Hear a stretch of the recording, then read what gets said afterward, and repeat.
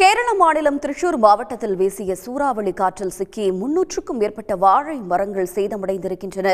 இது பற்றிய தகவல்களை தருவதற்காக செய்தியாளர் சந்தோஷ் இணைகிறார். சந்தோஷ், இந்த சூறைக்காற்றில் தற்போது எவ்வளவு பாதிப்பு ஏற்பட்டிருக்கிறது? அங்க இருக்கக்கூடிய கள நிலவரங்கள் என்ன? கேரளாவை பொறுத்த வரைக்கும் பாத்தீங்கன்னா தென்மேற்கு பருவமழை தீவிரமாக பெய்து வரக்கூடிய நிலையில தான் இந்த திருச்சூர் மாவட்டத்துல இந்த சூறாவளி காற்று வீசி இருக்கிறது. இந்த காற்றில் சிக்கி பாத்தீங்கன்னா 300க்கும் மேற்பட்ட வாழை மரங்கள் மற்றும் சில வீடுகளும் சேதமடைந்திருக்கிறது. அதே போல அங்கிருந்த மரங்கள் பாத்தீங்கன்னா வேரோடு சாய்ந்து பல இடங்கள்ல வாகனங்கள் மீது வீழ்ந்து அந்த வாகனங்களை சேதப்படுத்தி இருக்கிறது.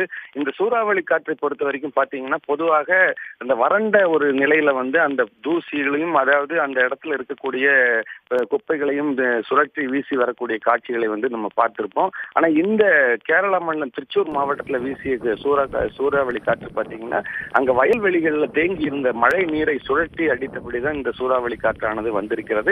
இந்த சூறாவளி காற்று வீசிய வேகத்துல அங்கிருந்த மரங்கள் மற்றும் வாழை மரங்கள் மிகப்பெரிய அளவுல சேதம் அடைந்திருக்கிறது.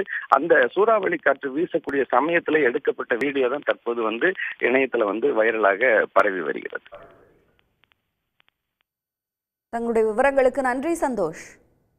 உடனுக்குடன் செய்திகளை தெரிந்து கொள்ள சன் நியூஸ் பெல் ஐகானை கிளிக் பண்ணுங்க.